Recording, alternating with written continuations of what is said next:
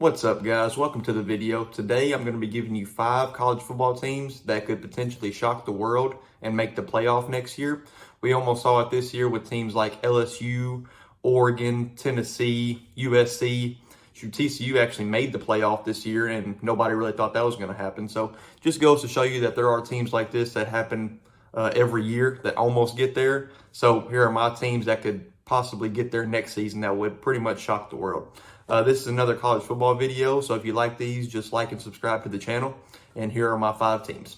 And the first college football team that I think can shock the world next year and make the playoff starts in Fayetteville, Arkansas, with the Arkansas Razorbacks.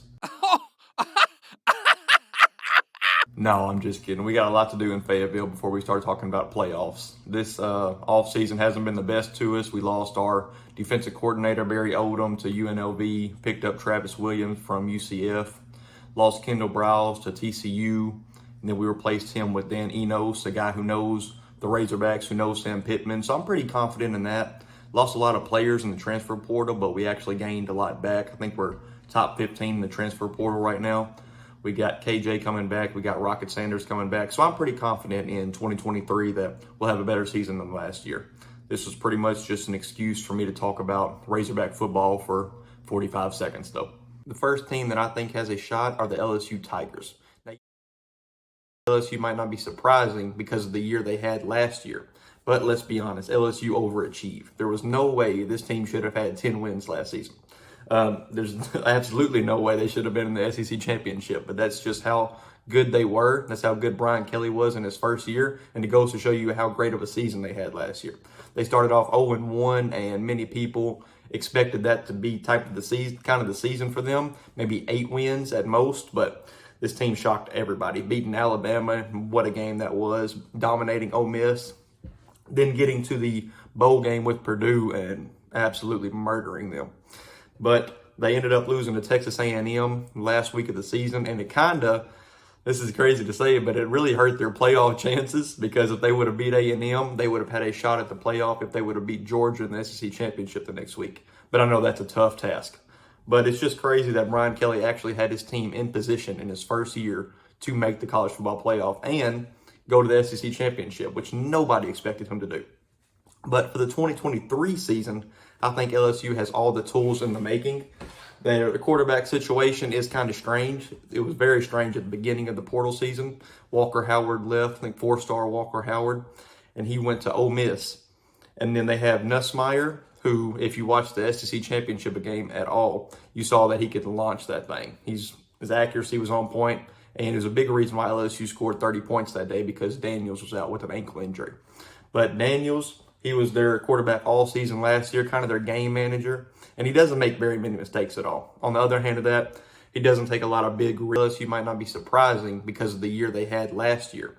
But let's be honest, LSU overachieved. There was no way this team should have had 10 wins last season. Harold Perkins is coming back, and he won them a couple games this season just on his own.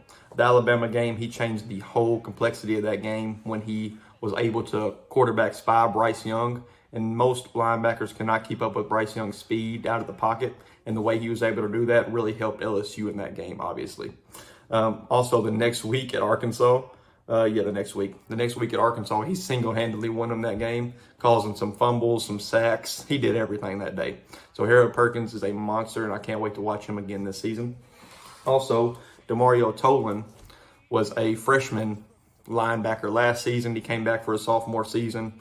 And Brian Kelly had a lot of good things to say about him, but he eventually left in the portal. They had the number 4 ranked recruiting class this season and the number 1 transfer portal class, actually getting 8 4-stars out of the transfer portal, which Harold Perkins is coming back, and he won them a couple games this season just on his own. And Noah Kane, and they had the coaches, Brian Kelly, and so I think this has all the makings to be a playoff contending team. They just have to follow through with it. The next team I want to talk about are the Penn State Nittany Lions. Penn State had a very quiet, amazing season under James Franklin this year. They went 10-2 in the regular season. Their only 2 losses were against Michigan and Ohio State, 2 teams that eventually went on to the college football playoff. And you might be thinking, why is this team so under the radar? And it's because Michigan and Ohio State were its only losses, but their biggest win was against Purdue, Big Ten champion runner-up, and that was the start of the season. They only won by 4. So that is Penn State's biggest regular season win this year, and it really enables a lot of people who hate Penn State and hate the Big Ten to harp on it. It really gives them something to cling on to and always say when they talk about Penn State not being a contender. What I like to think about is that Michigan and Ohio State are amazing teams. Penn State lost to them. They dominated everybody else in their path. Not dominated, but they beat everybody else in their path, even including a Utah team, a Pac-12 champion Utah team. And they pretty much dominated them in the bowl game. So that's what I like to think about this Penn State team. So for 2023, they entered the Drew Aller era. Drew Aller is their 5-star quarterback from Ohio, supposed to be an amazing quarterback, one of the greatest recruited quarterbacks. So that's what I like to think about. So they're out of the Sean Clifford era, who seems like he's been there for a decade as their starting quarterback. So I think Drew Aller will be amazing under their system. I think he will change their offensive dynamic under James Franklin. They also have 2 almost 1,000-yard rushers coming back in freshman Nick Singleton and Katron Allen. So Nick Singleton and Katron Allen. Nick Singleton actually had over 1,000 yards this season, and Katron Allen had almost 900 yards. So offensive-wise, this team should be very lethal next season. Wide receiver room is great as well, and I expect big things from Penn State. The next team on my list are the Florida State Seminoles. Florida State had such a good 2022 season. They are led by Coach Mike Norvell. And Mike Norvell in his second season, I believe it was the second season, pretty much changed the culture back to what it needs to be at Florida State. Florida State's such a historic and storied program that this team should always expect 8, 9, 10 wins. That's just what this college should expect. And this team hadn't seen a bowl game since 2019, and Mike Norvell came in, led them to 10 wins, led them to the Cheez-It Bowl, and had a victory over Oklahoma there. This team started off 4-0, a big win over LSU. Didn't really seem so big at the time, but LSU proceeded to have a great season, and it just made that victory really good in the rearview mirror. They also beat their in-state rivals Miami 45-3, splattered them, and then also beat Florida, a pretty good Florida team this past season, and beat them 45-38. And when Florida State beats their in-state rivals in Miami and Florida, it's always a good season for them. No matter if they're 2-10 or 3-9, as long as they get those 2 wins, they are pretty happy. But so after starting off 4-0, they lost to a ranked Wake Forest team, a top 15 ranked NC State team, and then a top 5 Clemson team at the time. So after that Clemson loss on October 15th, they went on to go 6-0 and beat every team in their path, including Miami, Florida, Georgia Tech, Syracuse, Louisiana, and then eventually Oklahoma in the bowl game. And so for 2023, this team gets their starting quarterback in Jordan Travis. They get him back for his 5th year. He had 24 touchdowns, 5 interceptions, and really just a bounce back year for Jordan Travis. A lot of people fell off the Jordan Travis train. That's hard to say. But I know I was one of them. I really was. After last season, I didn't have much faith in the guy. But he bounced back, had a 24 touchdown, 5 interception season, and really had some huge games, like 418 yards against Oklahoma, almost had 400 against Georgia Tech. And so he really can be a top-tier quarterback when he needs to be. And they also get Trey Benson back, their leading rusher, almost had 1,000 yards this season. And so I really do expect a lot from this Florida State offense next year especially. They are second in the transfer portal behind LSU. So the week 1 game against LSU next year will be pretty much a battle of the transfer portals, number 1 versus number 2. That'll be fun to see. But they are also top 20 in recruiting as a whole right now. So after that Clemson loss on October 15th, they went on to go 6-0 and beat every team in their path, including Miami, Florida. For my 4th team, we move on to the Pac-12. It is the Oregon. Oregon had a very good season this year. Kind of came down to a disappointing end. They lost 2 of their last 3 regular season games. Their last loss was against in-state rival Oregon State. I think Oregon was up 21 at some point in that game. I know they were up 17 in the 4th quarter, but Oregon State pulled it out somehow. So kind of a disappointing end for them.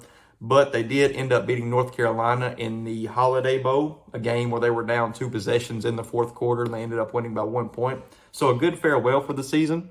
They finished with 10 wins. Dan Lanning finished with 10 wins in his first season at Oregon.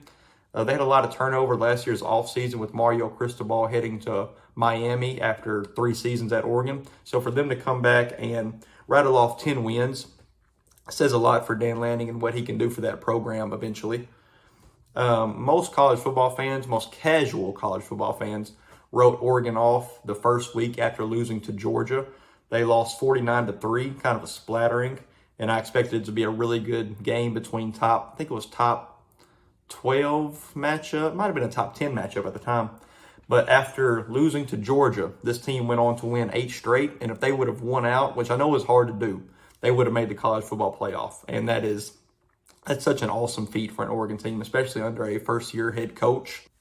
So for 2023, this team gets their starting quarterback back in Bo Nix. What a story Bo Nix has had over the course of his college football career. I did not expect big things from him at all when he transferred to Oregon from Auburn. I remember watching him at Auburn, just not impressed with almost anything he ever did. I think his first win ever was against Oregon, and I think that's right. So that was a crazy game if I remember correctly. But he just had a great season for Oregon. He was a Heisman candidate for a majority of the season, actually. Had 3,600 yards, 29 touchdowns. And for him to come back to Oregon, that means a lot. Oregon should be loaded offensively. They do lose their starting running back. He was their leading rusher, Bucky Irving. He had over 1,000 yards this season. He transferred to Minnesota. And so it's a big loss for them, but they should be able to replace it on the run. So for 2023, this team gets their starting quarterback back in Bo Nix. So this team should have the roster to make a huge run, and I also believe in Dan Lanning. My 5th and final team are the Washington Huskies. Washington had a really good season this past year, finished with 11 wins, 10-2 in the regular season. They got a huge win over Oregon the final weeks of the season, then ended that up with an Alamo Bowl victory over Texas in a game where they pretty much dominated. Texas made it a 1-score game with a little over a minute left, but Washington sent 2022 off on the right note. First-year coach for Washington, Kalen DeBoer, he came over from Fresno State. He was there for 2 years and came over this year. And such bright and great things he did for Washington in his first year, and it really looks good for Washington's future. Now, they get their starting quarterback from this year back for 2023, Michael Penix Jr., the Indiana transfer. And before he got to Washington, there was not much faith in Michael Penix Jr. He had a lot of injury concerns, but when he got here, changed everything. 4,641 yards, 31 touchdowns. Just a great season for Michael Penix Jr. And for Pac-12 quarterbacks in general, next year, you got Michael Penix Jr. coming back for Washington. You got Caleb Williams at USC. You got Cam Rising at Utah.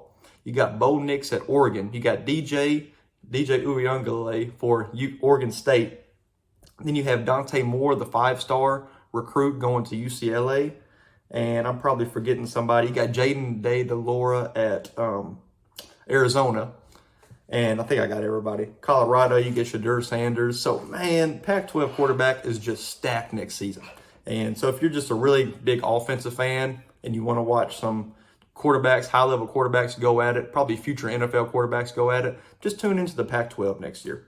Also, this team gets 2 1,000-yard receivers back next season. Rome Odunze and Jalen McMillan both had 1,000 yards this season in the passing game, and Michael Penix Jr. will love that. So for the offense this year, I expect huge things from Washington, and I expect them to have a really good season, and who knows what happens in the Big 12 this year. It's going to be a dogfight either way. But yeah, guys, those are my top 5 teams that I think could shock the world and get into the playoffs next season. Each team I listed are fully loaded at the head coach, at the quarterback, recruiting. They're just had really great offseason so far and transfer portal season so far, and I do expect a lot from them. Just talking about college football season this much, being, 7 months away from college football, man, it just gets me going. I can't wait. So yeah, if you guys like these videos, like college football videos, just like and subscribe to the channel. Helps out so much. But all right, guys, I'm out.